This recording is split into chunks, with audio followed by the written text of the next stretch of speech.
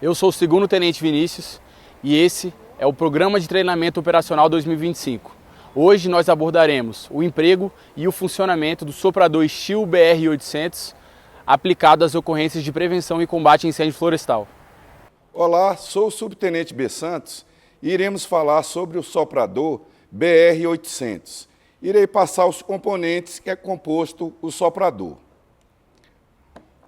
O bocal de abastecimento rosqueável, temos o manípulo de arranque, a bomba de combustível, a qual devemos pressioná-la, temos o botão do afogador, possui o cabo de manejo com o tubo soprador com a porca de engate para ajustarmos. Temos o cabo de manejo com a alavanca de regulagem, a qual devemos ajustar na posição I, posição 1. Também possui os tirantes. Os tirantes são ajustáveis conforme a anatomia de cada militar fazer os devidos ajustes. Os cuidados que devemos ter ao utilizar o soprador. A tampa do combustível deve ser bem rosqueável para que não derrame o combustível e venha a causar um acidente. A porca de engate deverá ser travada para que não desprenda o tubo soprador e venha a se perder. Outro dado importante é com relação aos tirantes. O militar tem que ficar bem atento para que não atinja muito nas proximidades, para que não seja atingido pelas fagulhas que venham a danificar. É uma parte bastante vulnerável do soprador. Agora iremos funcionar o soprador. Precisamos pressionar com o dedo indicador a bomba de combustível por 6 vezes ou mais até que encha. Após encher, o botão do afogador totalmente na posição vertical, para cima. Iremos retirar a presilha e o cabo de manejo, devemos fazer a regulagem para a posição I. Tem a letra I em romano. É a posição ideal para se funcionar. Após esse procedimento, devemos verificar o manípulo de arranque, as condições. Após essa verificação, iremos puxar o manípulo até que o motor tussa. Caso ele funcione e não se mantenha, é necessário reposicionar o botão do afogador para a posição diagonal, 45 graus. E dessa maneira iremos puxar até que o motor entre em operação e permaneça.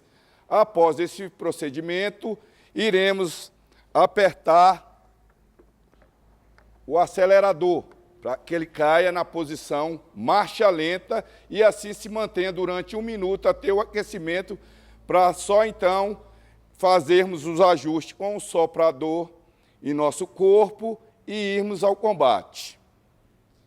Então, devemos puxar o manípulo de arranque.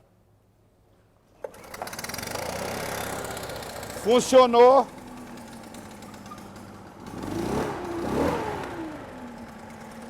Deixaremos durante essa posição durante 1 minuto. Esse é o procedimento correto para se funcionar o soprador. Olá, senhores, sou o Sargento F. Salles e nessa sessão da aula nós vamos falar sobre o combate com o soprador. O soprador, o princípio de eficácia dele tem a ver com a hiperventilação do fogo, causando resfriamento e quebrando a reação em cadeia. Daí, o fogo é extinto. Quando que o soprador é indicado? O soprador é indicado para incêndios superficiais.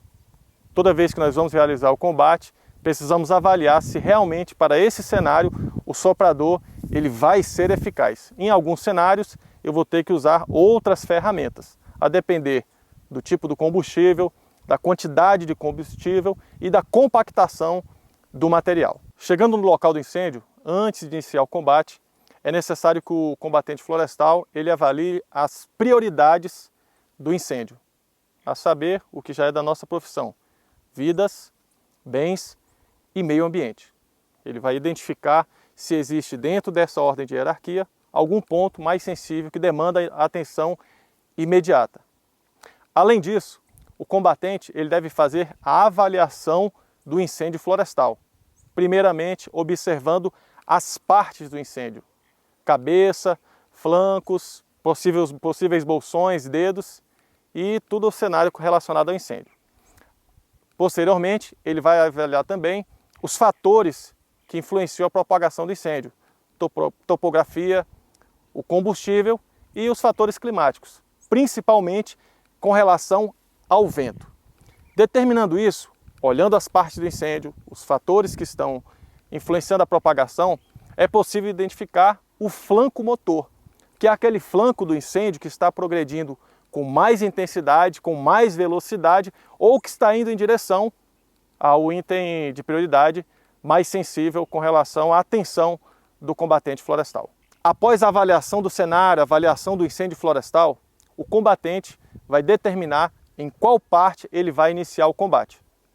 Depois de determinar isso, ele vai definir junto com a equipe a estratégia de combate, a forma que eles vão realizar o combate e principalmente vão definir pontos importantes com relação à segurança, onde eles vão ancorar as viaturas, onde elas estarão estacionadas de maneira segura, e isso é uma decisão que depende do comandante da viatura e do condutor, e também ele vai determinar a zona de segurança e as rotas de fuga.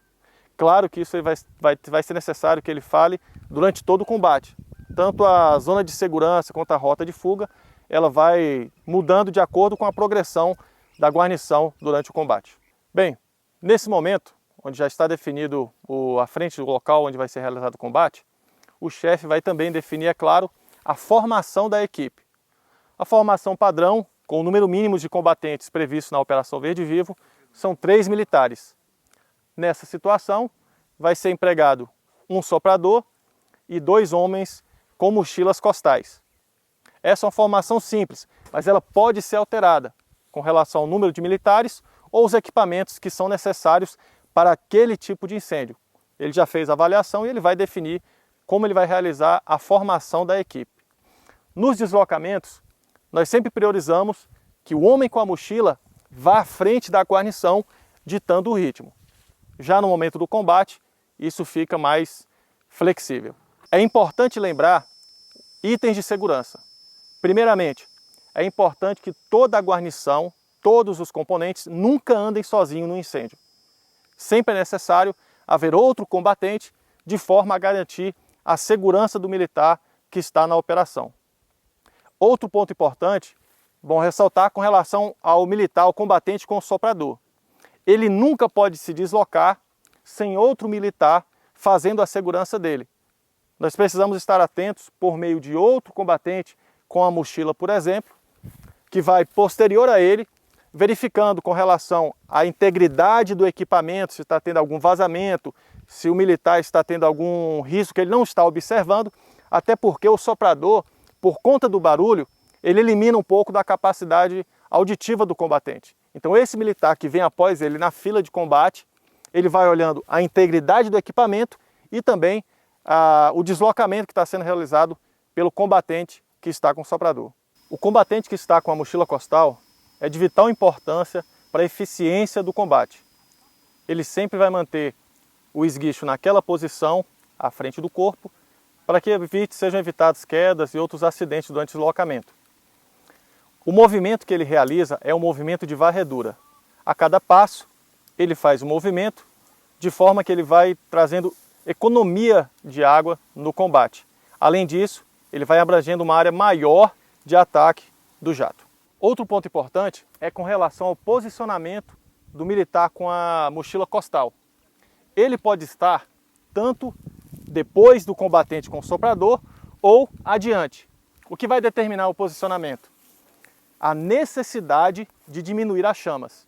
Ele pode, por causa das chamas altas, permanecer um longo tempo diminuindo as chamas para que o combate seja realizado. Quando não houver mais necessidade dele estar empregando a água, ele retorna e continua garantindo a segurança do militar com o soprador. O operador do soprador deve se mover em ritmo de caminhada, sempre próximo à equipe. Ele vai avançando conforme o fogo é extinto. Ele deve estar se posicionando de forma que o fluxo de ar esteja direcionado da área a ser preservada para dentro da área que está afetada pelo incêndio. Ele deve realizar a extinção das chamas no perímetro com eficácia, de forma a poupar a água da mochila costal, usada apenas nos pequenos focos que ficarem. A aceleração do soprador geralmente é máxima, mas deve ser ajustada para evitar espalhar fagulhas ou deixar de apagar o fogo. A ponta do tubo soprador deve sempre ficar entre 10 e 30 centímetros da base das chamas.